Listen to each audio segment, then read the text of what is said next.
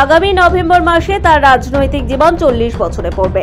পূর্ব মেদিনীপুরে তৃণমূল প্রার্থীর সমর্থনে তমলুকে নির্বাচনী সভা করতে গিয়ে নন্দীগ্রাম আন্দোলন নিয়ে স্মৃতিমেদুর হয়ে পড়লেন মুখ্যমন্ত্রী মমতা বন্দ্যোপাধ্যায়। তমলুকে দাঁড়িয়ে অধিকারী পরিবারের নাম মুখে না নিল গদ্দার শব্দবিরোধী দলনেতাকে বিত্তে ছাড়লেন না তিনি। একই সঙ্গে শিশির অধিকারীকেও আক্রমণ মুখ্যমন্ত্রীর। সেই সঙ্গে নন্দীগ্রাম আন্দোলন নিয়ে তার লেখা বইয়ের সংশোধনও করতে চান মুখ্যমন্ত্রী মমতা বন্দ্যোপাধ্যায়। তমলুক থেকে চণ্ডীপুরের ওই জায়গাটা কাবুল ছিল আমার সাথে, আগে এমএলএ ছিল কিন্তু এখনো তৃণমূলের নেতা। পরের দিন প্রায় এক পা করে যাওয়া, আর তখন অনেকেই আমায় ফোন করছে, তোমাকে তো মেরে ফেলবে, তোমাকে তো মেরে ফেলবে, ওখান থেকে সরে যাও। আমি বললাম আমি যখন এসেছি আমি সরব না, আমি যাবই, যা হবার হবে। 10 দিন কিন্তু পিতাও বেরোয়নি, পুত্রও বেরোয়নি। আর হ্যাঁ, আমি আমার বইতে লিখেছিলাম ওদের নাম, তার কারণ আমি কি করে আমাদের লোকেদের নাম অস্বীকার করব বলুন। তখন আমাদের সাথে ছিল, তাই সম্মান দেওয়ার জন্য লিখেছিলাম। কিন্তু আজকে তো দাঁড়িয়ে লিখতে হলে ওটাকে পাল্টে দেবো, আমি সংশোধন করে দেবো। আর এখন তো দেখছেন কত ক্ষমতা, যেন মনে হচ্ছে গভর্নমেন্ট অফ ইন্ডিয়ার প্রেসিডেন্ট উনি।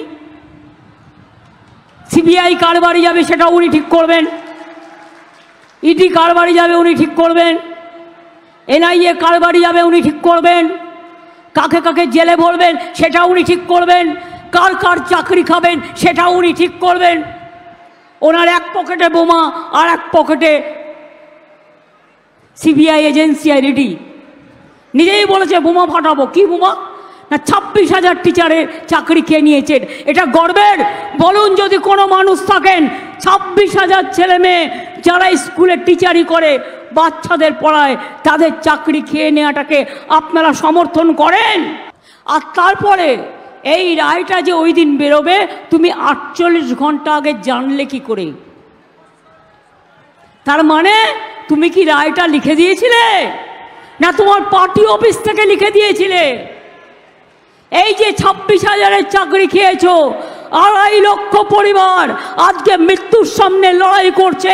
একজনের কিছু হলে তোমার বাড়ির সামনে জানবে, এরা কিন্তু আসবে, এরা কিন্তু বিচার চাইবে, এরা কিন্তু বিচার চাইবে। তমলুক সভা থেকে শিক্ষক নিয়োগ দুর্নীতি নিয়ে বিজেপি প্রার্থী অভিজিৎ গঙ্গোপাধ্যায়কে এক হাত নেন মুখ্যমন্ত্রী। ইতিমধ্যে তমলুকের বিজেপি প্রার্থী শিক্ষক নিয়োগ দুর্নীতি নিয়ে মুখ্যমন্ত্রীর পদত্যাগের দাবি করেছেন। তার উত্তরে মুখ্যমন্ত্রী বলেন, আমি কিন্তু বলছি আমরা কিন্তু আপনাদের সাথে আছি, আমি এর শেষ দেখতে চাই। আর যাকে প্রার্থী করেছেন মহানুভব, একেবারে ঈশ্বরের পরেই উনি, নাকি ঈশ্বরের ওপরে হবে?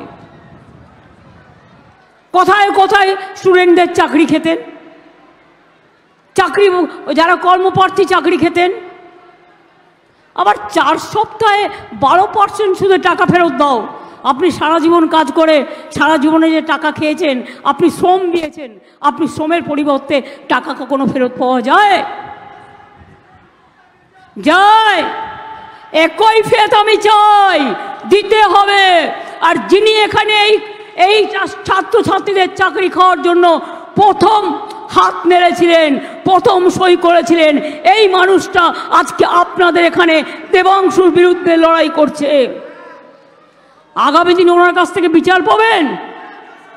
কোনো বিচার পাবেন? বিচারকের উনি হচ্ছেন, কি বলবো, আর যিনি এখানে দাঁড়িয়েছেন তিনি ভাবছেন এটাও বিচারালয়, তাই তিনি কখনো বলছেন পদত্যাগ করতে হবে। আমি বলি আগে নিজে দেহ ত্যাগ করুন, তারপরে পদত্যাগের কথা বলবেন। আগে প্রথমে নিজের লজ্জাটা ঢাকুন। পূর্ব মেদিনীপুরে এই সভা থেকে প্রধানমন্ত্রীকে নিশানা করেন মুখ্যমন্ত্রী মমতা বন্দ্যোপাধ্যায়। তমলুকে দাঁড়িয়ে মুখ্যমন্ত্রী দাবি করেন সন্দেশখালীর ঘটনা আগে তাকে জানানো হয়নি। আপনি সন্দেশখালী নিয়ে কথা বলেন, আমার মা বোনেরা ওখানে ভালো আছেন।